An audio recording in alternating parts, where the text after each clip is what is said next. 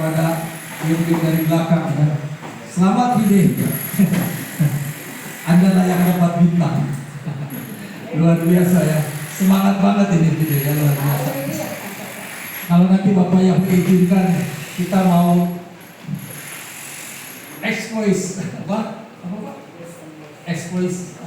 itu kan?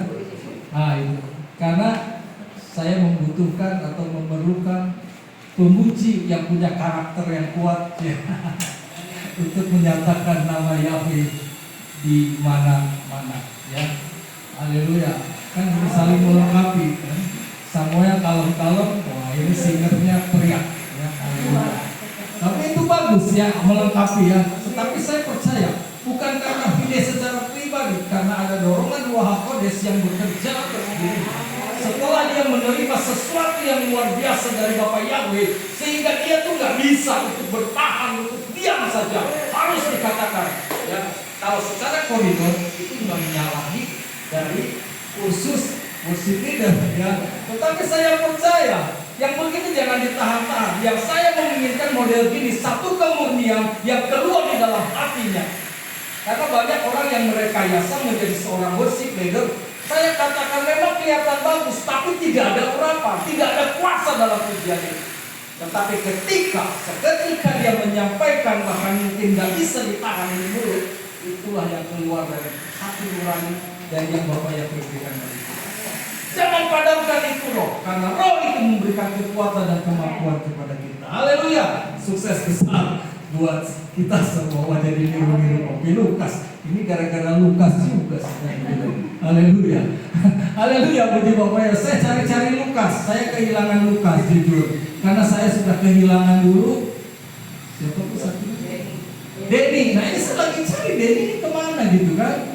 Kalau masih ada saya berdoa hadirkan kembali di tempat ini. Kalau saya meninggal ya sudahlah, memang kehendak Bapak ya. Karena benar saya cari orang-orang yang demikian yang harus kita tampung supaya nama Yahweh berkumandang dan ada satu sikap perubahan hidup harus dinyatakan dan kita harus keluar sebagai pemenang bahwa kita adalah seorang laki-laki dan kita adalah laki-laki yang mempertanggungjawabkan segala sesuatu di hadapan Bapak. Saya harus keras, jangan abu-abu, jangan lemah-lemah mulai saat ini. Kita harus nyatakan bahwa Yahweh itu selalu akan membela kita dan menyatakan kuasa. Hari ini saya tergelitik dengan apa yang Bapak Yahweh kasih sama saya di dalam kitab Ulangan 8 ayat 16, saudara-saudara. Itu dulu coba ingat, bisa nggak disampaikan dulu? Ulangan dulu ayatnya. Ya waktu saya buka-buka ayat ini, waduh. Ya udahlah ini aja dulu deh. Haleluya. Ke bawah. Haleluya. Judulnya, gambarnya dulu. Ini saya. Jangan melupakan Yahweh di masa kelimpahan. Ada banyak kita kadang-kadang lupa dengan Yahweh ketika kita sudah menjadi orang yang berhasil atau penuh dengan kelimpahan. Haleluya. Gambarnya udah dapat rumah, udah dapat emas batangan, udah dapat dinar dan juga ada pundi-pundi di sana. Haleluya. Terus di bawah. Jangan melupakan Yahweh di masa kelimpahan, itu di dalam kitab Ulangan Devarim 8 ayat 11-18. Ulangan pasal 8 adalah pengajaran Musa kepada generasi yang akan memasuki tanah perjanjian. Orang yang sudah dinubuatkan atau sudah direncanakan untuk masuk di dalam tanah perjanjian, dia harus mempunyai kekuatan yang ekstra atau mempunyai rencana yang baik supaya ketika dia masuk di tanah perjanjian, dia menjadi seseorang yang luar biasa, bisa melakukan sesuatu yang luar biasa. Ya. Ulangan pasal 8 adalah pengajaran Musa kepada generasi yang akan memasuki tanah perjanjian. Mereka telah melalui proses panjang, amin, penderitaan, pengujian, ketergantungan total itu pada Elohim. Saya ngalamin itu. Perjalanan hidup saya alamin. Penderitaan saya alamin. Pengujian, proses panjang. Ya, Ko Andi tahu saya kan? Ya kan, Ko Andi? Kok Andi yang bawa saya ke full gospel ketika saya selama 3 tahun udah gak mau lagi beribadah karena keadaan ekonomi saya terpuruk. Dia bawa saya ke full gospel. Itu juga mempunyai pengertian, siapa tahu kalau kumpul sama orang-orang full gospel minimal kecepretan berkat. Begitu ya. Minimal ada yang orang nolong waktu kita kumpul dengan komunitas pengusaha-pengusaha Kristen. Tetapi puji Bapak Yahweh, tidak boleh kita sesekali mengharapkan manusia nanti kita kecewa. Apa yang kita dapat tidak diharapkan, sehingga akhirnya ya udah ya gimana. Saya katakan ya itulah. Makanya pengiringan kita tuh harus murni. Pengiringan itu benar-benar yang harus sesuai dengan kehendak Bapak Yahweh. Karena Bapak Yahweh tahu persis apa yang menjadi keperluan dan kebutuhan kita. Enggak diminta pun Dia akan berikan buat kita. Amin. Ayo, saya katakan semangat, cari dulu Yahweh. Jangan cari berkatnya dulu, saudara-saudara. Haleluya. Mereka telah melalui proses panjang penderitaan, pengujian, ketergantungan total pada Elohim, dan kini mereka sedang berdiri di ambang kelimpahan. Ini yang paling ngeri, saudara-saudara. Orang kalau dalam kesusahan dia akan mungkin bisa bertahan untuk tetap ada di dalam koridornya Yahweh. Tetapi ini yang paling sulit ketika kita dalam kelimpahan. Ini yang akan membuat kita menjadi sombong, menjadi kita tidak mengandalkan Yahweh lagi. Ini perhatikan baik-baik. Terus Musa mengingatkan mereka, godaan terbesar manusia bukanlah ketika ia miskin, tetapi ketika ia berhasil. Ya, nah, waktu kita susah mungkin kita sungguh-sungguh berdoa, tapi waktu kita perlu kelimpahan ini kadang-kadang ngeri sedap. Ya, haleluya. Apalagi katanya segala saya udah bisa beli. Jangankan mobil, manusia aja saya bisa beli. Itu kan ada orang yang udah sombong begitu, saudara-saudara. Haleluya. Akhirnya juga beli juga ini, Pak. Beli juga hamba-hamba Tuhan. Saya bilang nggak hamba-hamba Yahweh. Saya percaya hamba Yahweh nggak akan begitu sikapnya. Hamba-hamba Tuhan dibeli. Dia cari hamba-hamba Tuhan yang mengenakan telinga dia. Ketika mungkin ditegur dia nggak bisa terima, tetapi mendingan cari deh. Sekarang kan banyak hamba-hamba Tuhan, apalagi dengan ada sarananya medsos. Bisa cari saudara-saudara mana yang paling enak buat kita. Saya katakan kita belajar hidup itu di dalam setiap hal itu lewat proses. Kalau sudah lewat proses, hasilnya itu sangat menentukan kita. Saya bersyukur dia. Nah, lewat proses dia bisa terima nama yang benar. Amin. Dan saya percaya juga dia masih bergumul. Saya tidak bayangin kalau dia pulang ke Nias nanti. Apakah dia masih bisa bertahan? Saya percaya di dalam nama Yesus masih akan tetap bertahan sampai kesudahan. Sekali panggil namanya, panggil selama sesuai apa yang sudah kita deklarasikan. Waktu saya baptis dia, waktu saya ucapkan begitu, wah, dia bergetar, saudara-saudara, suaranya waduh, luar biasa. Saya percaya ada sesuatu yang luar biasa. Haleluya. Musa mengingatkan godaan terbesar manusia bukan ketika ia miskin, tetapi ketika ia berhasil. Terus ya. Makna rohani ayat per ayat. Ayat 11, bahaya terbesar adalah melupakan Yahweh Elohim. Ulangan 8 ayat 1. Awasilah dirimu supaya engkau jangan melupakan Yahweh Elohim. Jangan sampai melupakan. Waktu susah, waktu senang harus ingat sama Yahweh Elohim. Dengan tidak, bagaimana sih cara melupakan Yahweh itu? Ini salah satunya dengan tidak memelihara perintah-perintahnya. Kita harus pelihara itu perintahnya. Itu wujud daripada kita tidak melupakan Elohim. Orang yang tidak melupakan Elohim akan melakukan perintah-perintahnya dan memeliharanya dan peraturannya serta ketetapan-ketetapan yang sungguh-sungguh aku perintahkan kepadamu hari ini. Ini orang yang tidak melupakan Elohim. Haleluya. Terus Lupa yang dimaksud bukan sekedar lupa secara intelektual, tetapi melalaikan, tidak lagi taat, tidak lagi mengandalkan, dan tidak lagi sadar bahwa dialah sumber hidup. Itu pasti nggak jalan juga saya. Mati ya. Atau kamu pindahin ke speaker ini, speaker gitar aja. Kamu cari speaker itu panas banget. Ya. Jadi perhatikan, ketika kita sudah melalaikan, tidak lagi taat, tidak lagi mengandalkan, dan tidak lagi sadar bahwa dialah sumber hidup. Terus, saya masih itu lagi. Saya mesti ada dua ini.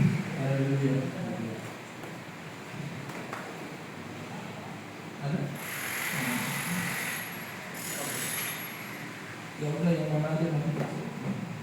Ini yang ini. Yang mana?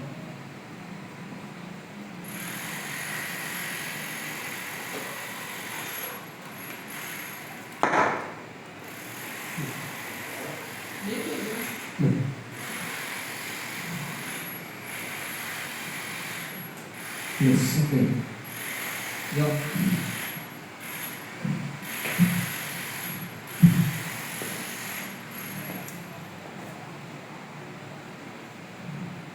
Kelimpahan paling mudah membuat hati manusia tumpul secara rohani. Ya, saya bukan berarti anti supaya Anda itu tidak diberkati. Kalau Anda berlimpah ya puji Bapak Yahweh. Saya percaya setiap orang diberi kesempatan oleh Bapak Yahweh untuk penuh dengan kelimpahan. Terus ya.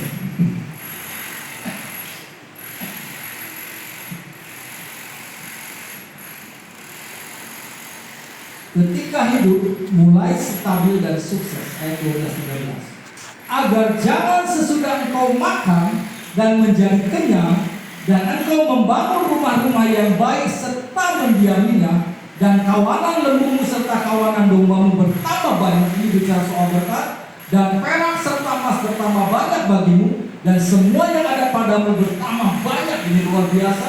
Terus kan, Musa membayangkan berbagai bentuk kelimpahan. Di situ ada makan yang kenyang.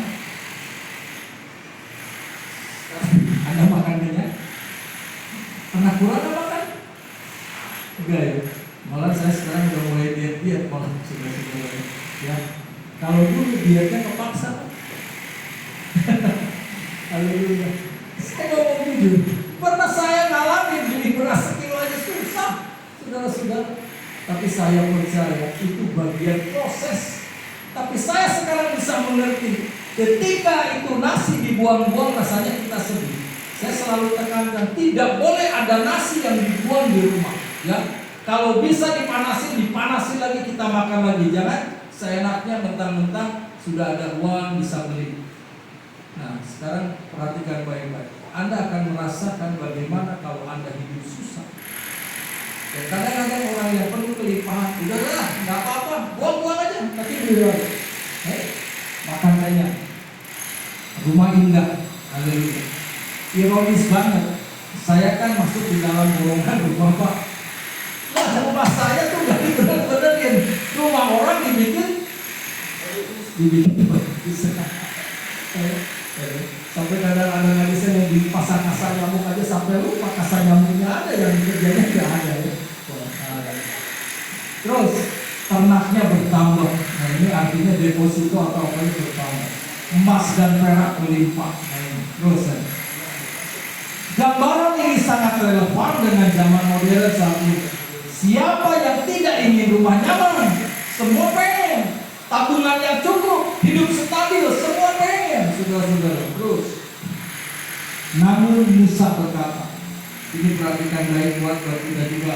Kelimpahan tidak netral secara rohani. Ia punya daya untuk menaikkan hati manusia. Mempunyai sesuatu yang akan membuat kita bisa menjadi sombong, saudara-saudara. Ini kekayaan, ya. Aduh, saya banyak ketemu teman-teman yang sekarang udah levelnya di atas saya. Waktu saya bilang, ayo kita kumpul lagi yuk, kita makan yuk, makan gudeg di basement Pasar Baru.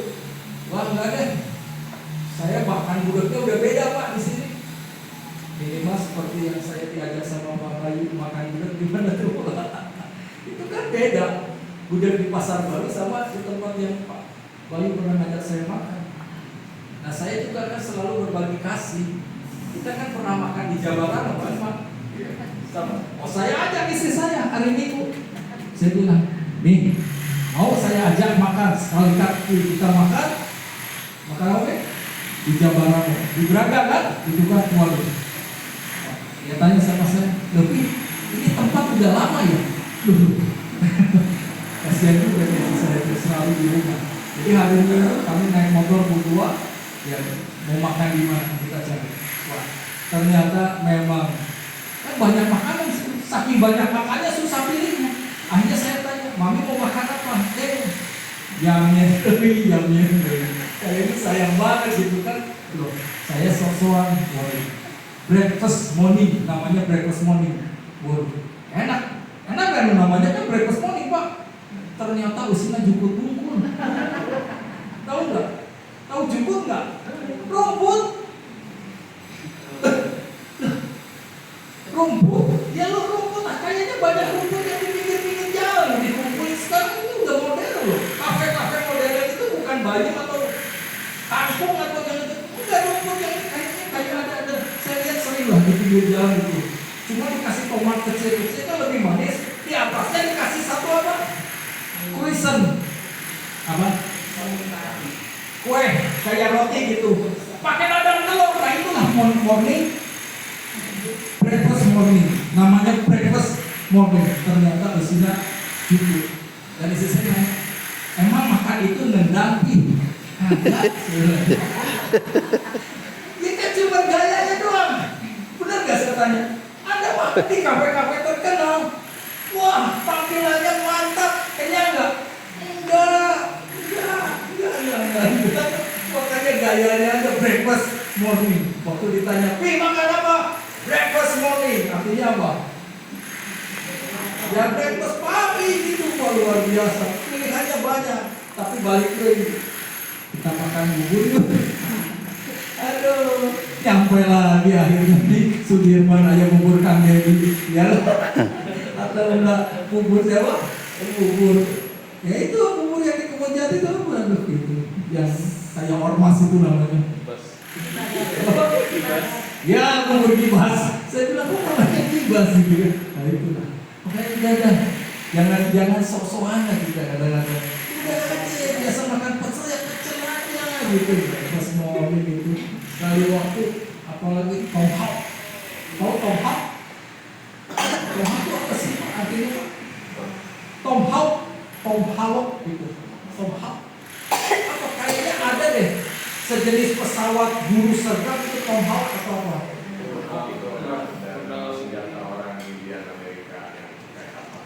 Oh, kalau tomahawk ini ternyata di restoran tertentu itu apa Pak? Itu kayak semacam tibon sapi, tapi yang ukurannya gede. Harganya satu porsi 1,5 juta. Tibon stick tapi tomahawknya yang gede gitu. Saya cuma ngeliatin aja. Waduh, haleluya, puji Bapak. Udah mulai kurang-kurangin lagi. Makanya sekarang orang yang di dalam kamar tempat nongkrong saya kasih bertanya, dia nanya, Pak Jimmy benar nggak udah nggak makan babi? Saya mau ngomong apa gitu ya? Pas disubuhin nih akhir juga kan minyaknya minyak babi, saudara-saudara. Jadi pas memang nggak ada babi ya, tapi ada minyaknya. Terus waktu dikasih saya apa yang ada mayonesnya itu apa Pak? Daun-daunan juga yang ada udangnya juga. Salad kan ada udang kecil yang mentah.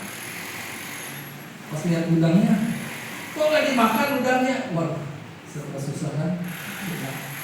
Kadang-kadang banyak lah orang yang mengkritik kita, tapi semakin kesini banyak orang yang memperhatiin saya. Gitu. Tapi saya percaya karena saya next level, udah next level. Kamu berkelimpahan tidak ada secara rohani yang punya daya untuk menaikkan hati manusia. Haleluya. Terus ayat 14. Dampak kelimpahan itu adalah hatinya menjadi meninggi. Lalu hal itu Lalu hal itu meninggikan hatimu. Nah itu kelimpahan tadi. Dan engkau melupakan Yahweh Elohim yang membawa engkau keluar dari tanah Mesir, dari rumah perbudakan. Jadi saat ini saya mengajarkan sama Anda, kalau Anda hidup dalam kelimpahan, Anda diberkati, jangan melupakan Elohim. Ya, yang membawa engkau keluar dari tanah Mesir, dari rumah perbudakan. Yang meninggi adalah pertama itu kesombongan, rasa tidak perlu Elohim, rasa berhak, saya berhak, dikatakan entitlement, kepercayaan diri yang berlebihan, kelimpahan, memunculkan ilusi aku bisa sendiri, tidak perlu orang. Nah, kita harus perhatikan dari mana sih kita ini seawal-awalnya. Kita itu udah lebih hebat daripada orang-orang yang mungkin saat ini dalam kesulitan. Kita perlu untuk mengaca diri kita, jangan menjadi sombong atau tinggi hati ketika kita diberkati oleh Tuhan. Ada banyak saya sekarang udah melihat orang-orang yang dulunya kaya dan sebagainya. Ketemu saya sama seseorang, dia bilang begini, Pak Jen, dulu saya mau cari rumah tanah di daerah Dewi Sartika, nggak ada yang dijual. Emang bener kan? Dari antara Abdul Muiz sampai ke alun-alun Dewi Sartika dulu gimana modelnya? Ramai nggak?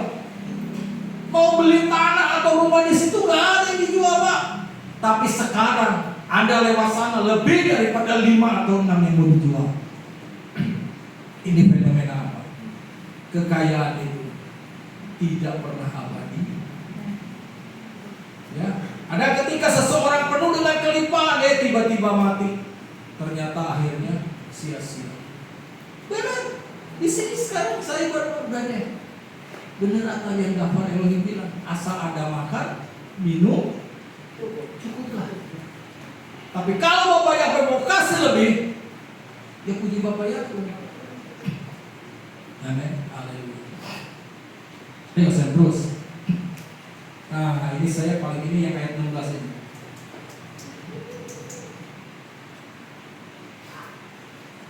Ayat 15-16 judulnya aja terapi Elohim untuk mengingatkan perjalanan. Rupanya ada terapinya. Yang memimpin engkau di padang gurun yang besar dan yang menakutkan. Ini bicara padang gurun itu waduh besar, yang menakutkan, ularnya ganas dan kalajengking, serta tanah gersang yang tiada air, yang mengeluarkan air bagimu dari batu cadas yang keras. Makanya Pak, sekarang saya lagi hidup di dalam padang gurun. Nah ini suasana padang gurun ya begini. Waktu Anda mengeluh soal begini, jangan pernah katakan ini, saudara-saudara. Inilah keadaan padang gurun. Menakutkan, ada ular yang ganas, ada kalajengking, tanahnya gersang, tiada air, yang mengeluarkan air batu dari batu cadas yang keras. Ini keadaannya kalau ada di padang gurun ya pada begini. Hidupnya penuh dengan kekerasan, hidupnya sulit bagaikan batu yang keras, saudara-saudara. Selalu berbenturan dengan orang-orang yang keras juga, saudara-saudara. Ini gambaran daripada gurun besar. Yang memberikan engkau makan mana. Nah di sini saya sedih banget. Di padang gurun yang leluhurmu tidak mengenal, dalam rangka merendahkan hatimu. Kenapa ada di padang gurun? Lantas diberikan buah mana?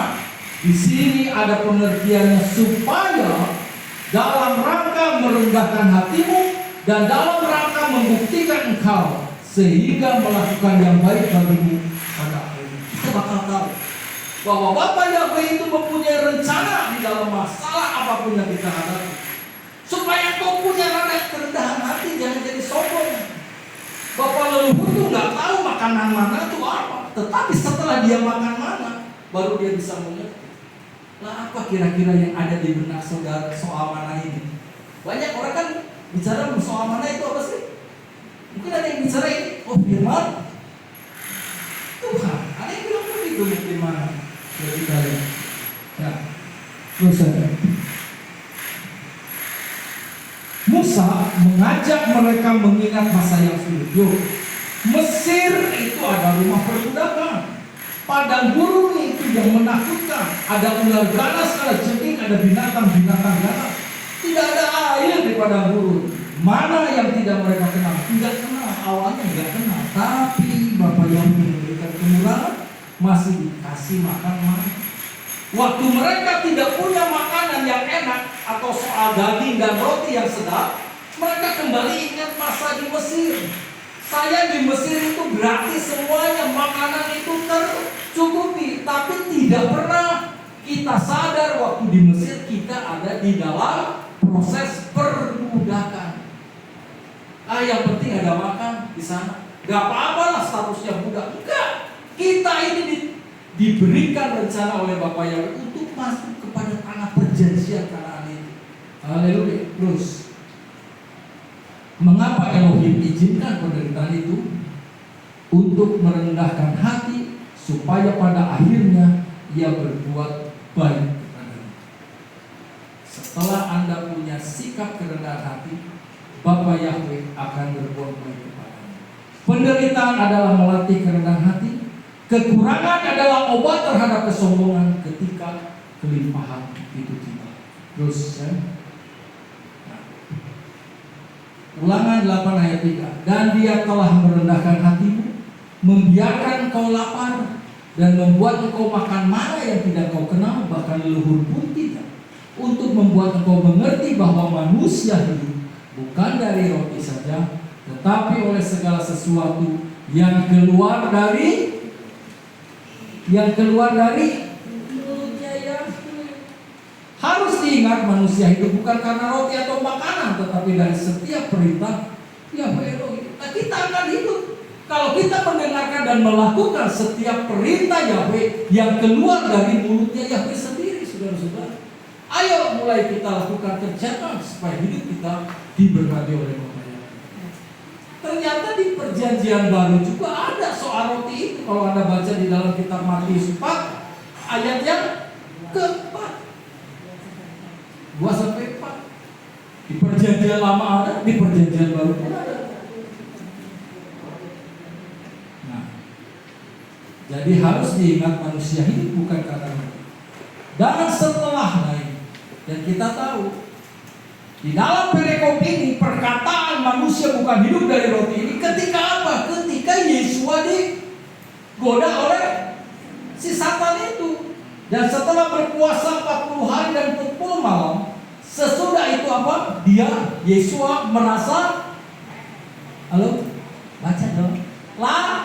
Lapar, bukan ngantuk. Lapar.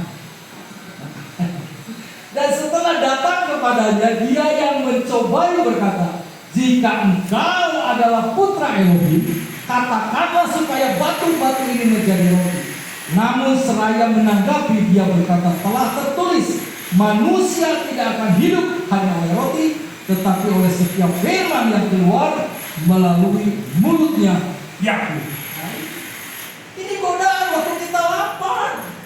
Maka menjaga diri kita supaya tidak menjadi lapar. Harus selalu tersedia makanan itu. Bagaimana caranya? Yang gali itu makanan itu supaya tersedia setiap pagi. Kenapa saya baca sampaikan renungan setiap pagi? Anda baca itu adalah mana? Supaya Anda punya kekenyangan untuk bertahan Anda dalam menghadapi hidup sehari-hari gitu. Ya kalau dibalas nggak dibalas Pak, ya udahlah. Pak Abraham, Ibu Lea, Pak Bayu yang selalu saya sampaikan apa? Amin gitu kan. Kalau Pak Abraham apa? Bapak Yahweh memberkati, dibalaskan oleh firman, gitu kan. Ada yang lain cuma kasih jempol, nggak apa-apa. Yang penting itu taburan itu jadi nyampe. Nanti Bapak Yahweh kasih pertumbuhan. Nah ini perhatikan. Ini digoda waktu lapar. Yesus sebagai manusia dia juga dikatakan lapar. Apalagi kita saudara-saudara. Makanya ini Satan ini tuh nyari kita tuh waktu kita lapar. Waduh, kalau kamu lapar, batu suruh jadi. Bisa nggak Yesus bikin? Bisa. Tapi dia nggak mau tutup. Dia bilang manusia tidak akan hidup hanya oleh roti. Tidak cuma karena roti kita hidup, tetapi oleh setiap firman yang keluar melalui mulutnya. Kalau yang memperintahkan, hiduplah layak berkenan di hadapanku, maka aku akan mencukupkan setiap keperluan dan kebutuhanmu. Yakin akan diberkati oleh Tuhan. Udah gak usah pusing. Tadi Pak Lukas bilang, pedulilah bagi orang cari duit dari orang. Harus ada punya ketetapan semangat. Haleluya. Yuk terus ayat 17. Bahayanya. Kemana? Terus ayat 17.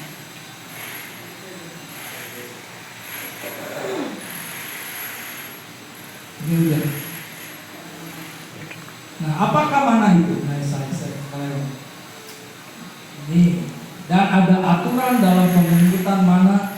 Pemungutan mana itu di dalam kitab itu dilakukan pada pagi. Hari ke-6 memungut mananya 2 kali lipat. Karena hari Sabat mana itu enggak turun. Ini perlu penyediaan. Artinya ada nanti Sabat ke depan. Dalam artian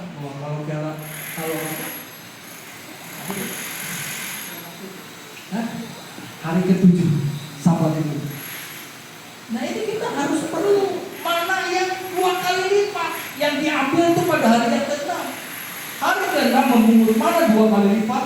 Setiap keluarga memungut sesuai dengan kebutuhannya. Memang bilang jangan serakah. Karena ketika disisakan mana itu menjadi apa? Busuk. Ya. Pada hari Sabat tidak ada mana diturunkan. Ini penting. Pagi hari makanya kita harus masuk di dalam altar yang kudus.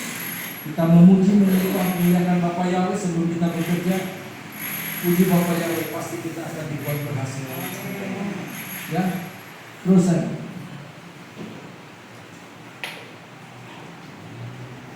Nah, ini nih. Ayat 17. Ini bahaya kesombongan diri. Aku berhasil karena aku hebat. Lalu engkau berkata dalam hatimu, ini karena kesombongannya, kekuasaanku dan kekuatan tanganku yang telah membuat kekayaan ini menjadi milik.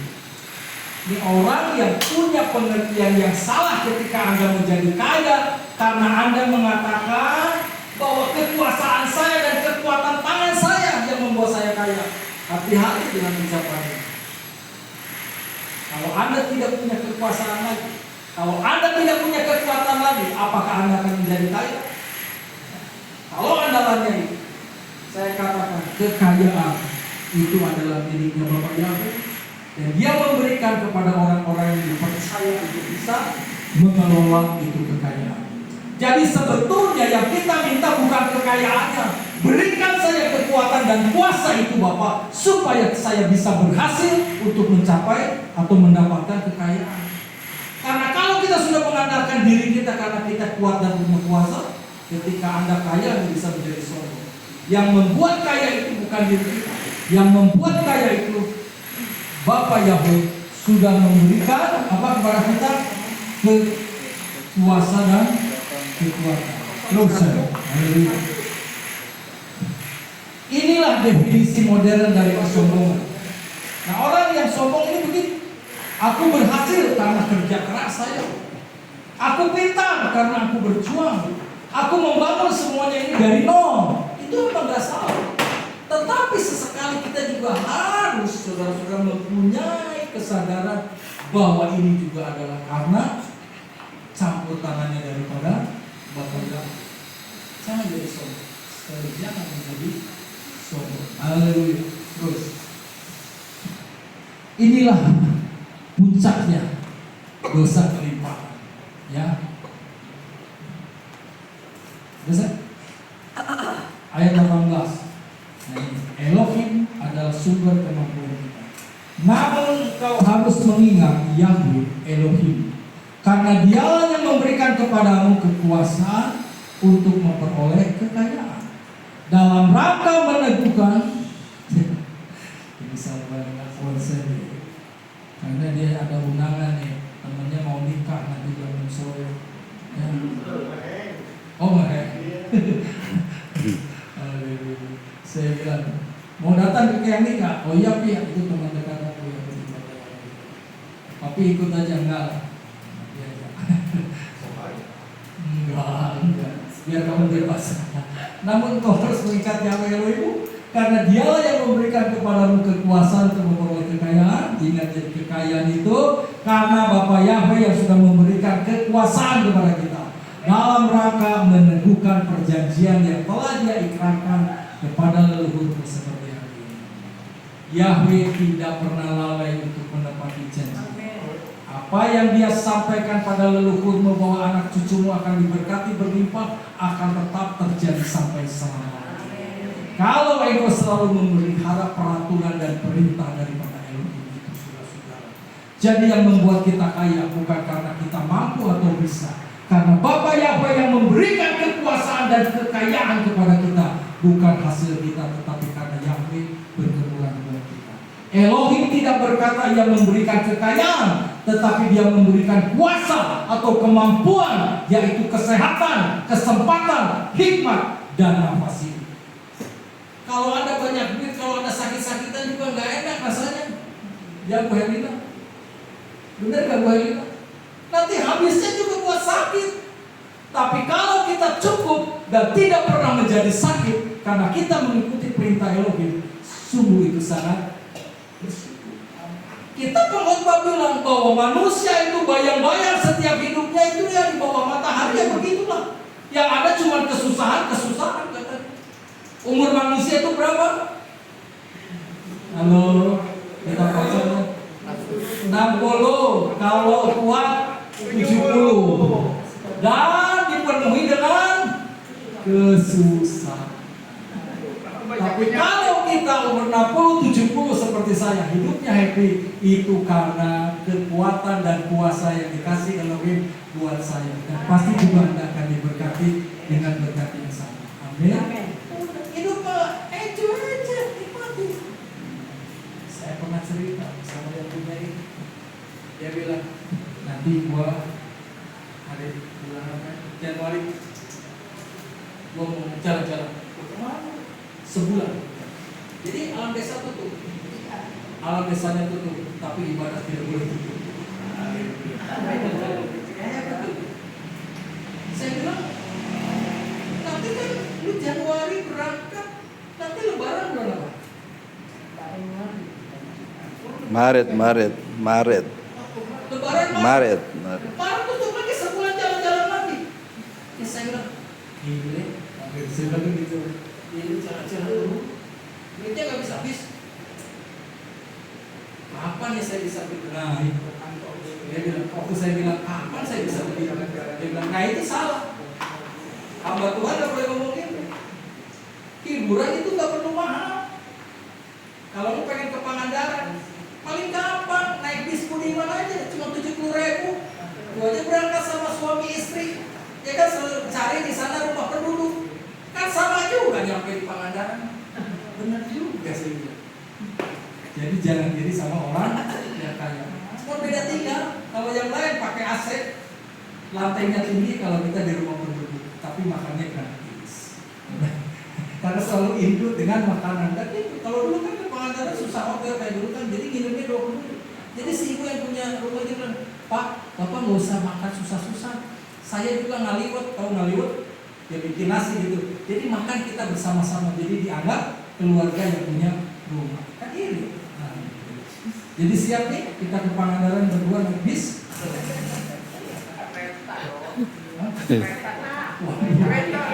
Ada yang motor, naik bis, naik kereta. Ah, mancing di Pangandaran.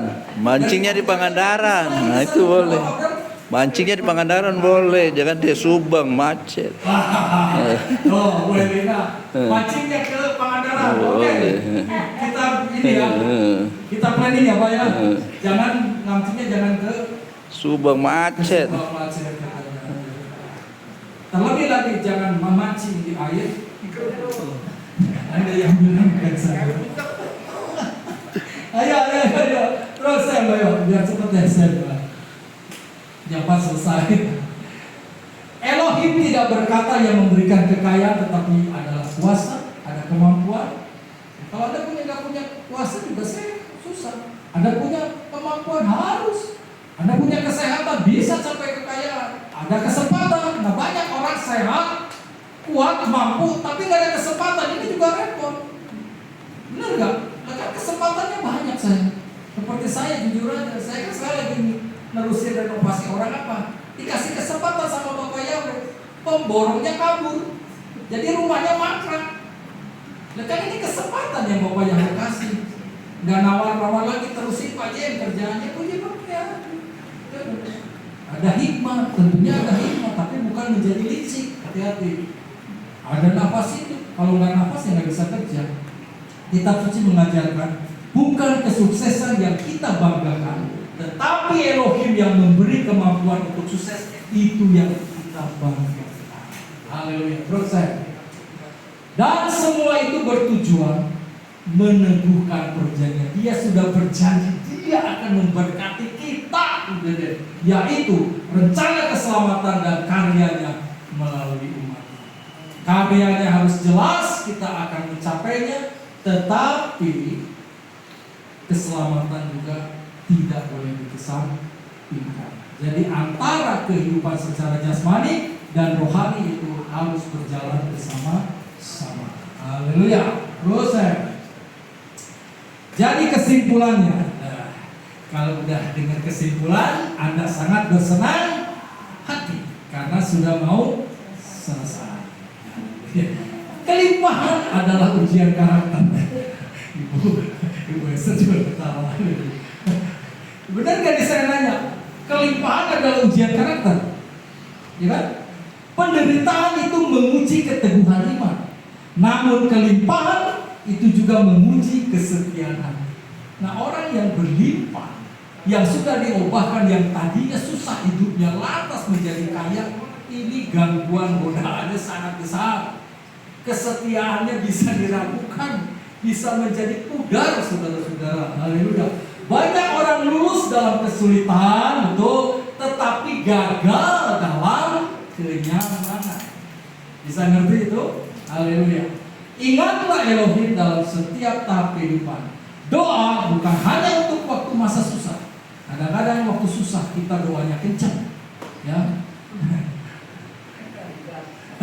Kesadaran akan Elohim harus sama kuatnya di dalam saat usaha berkembang, tetap kita berdoa.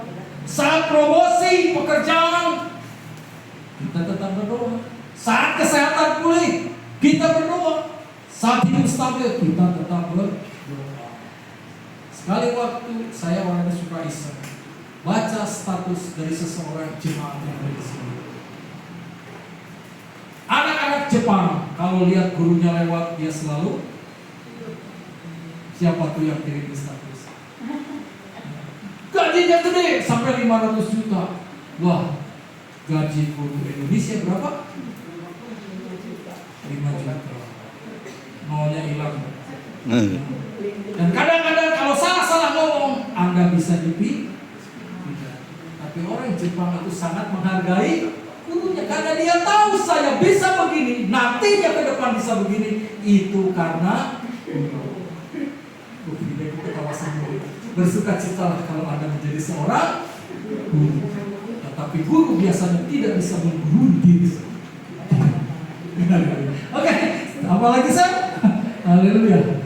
Latihan rohani, ya, ini nih ujian itu apa? Latihan rohani untuk menang melawan kesombongan. Sekali lagi, orang-orang yang tidak sombong, dia harus rajin bisa mengucap syukur. Kedua, mengingat perjalanan hidup. Dulu kita hidup itu berantakan, ancur-ancuran. Sekarang puji Tuhan. Ya Lukas, mengakui Elohim dalam pekerjaan, memberi persembahan dengan rela, ya, menjaga hidup sederhana. Biarpun udah kaya, kita harus punya pola hidup yang sederhana.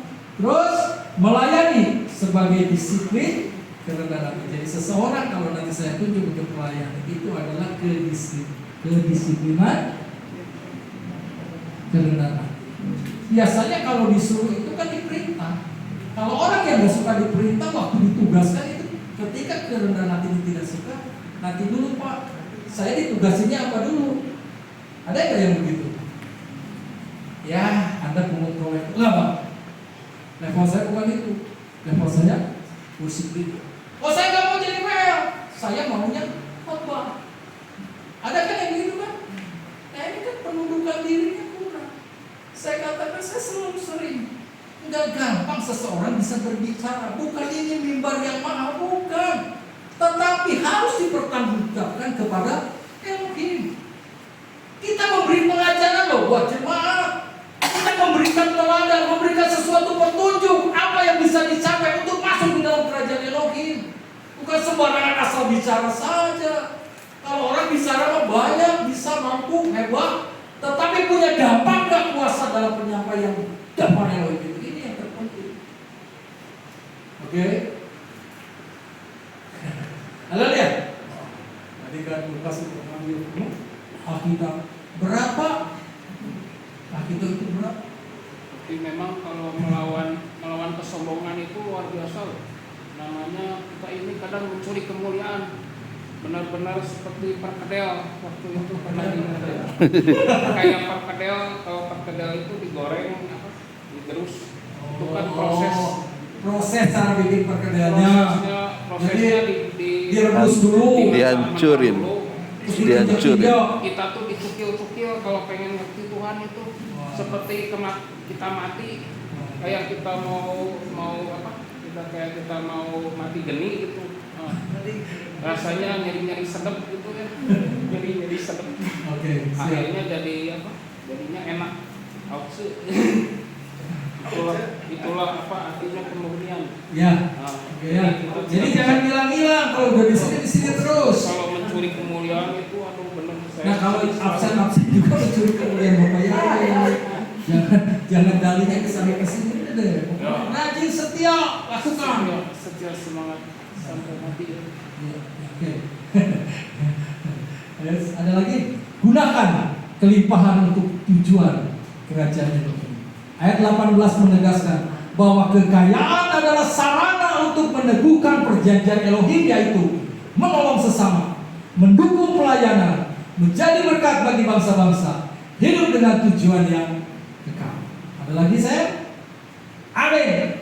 Bapak yang memberkati, sukses besar buat kita semua.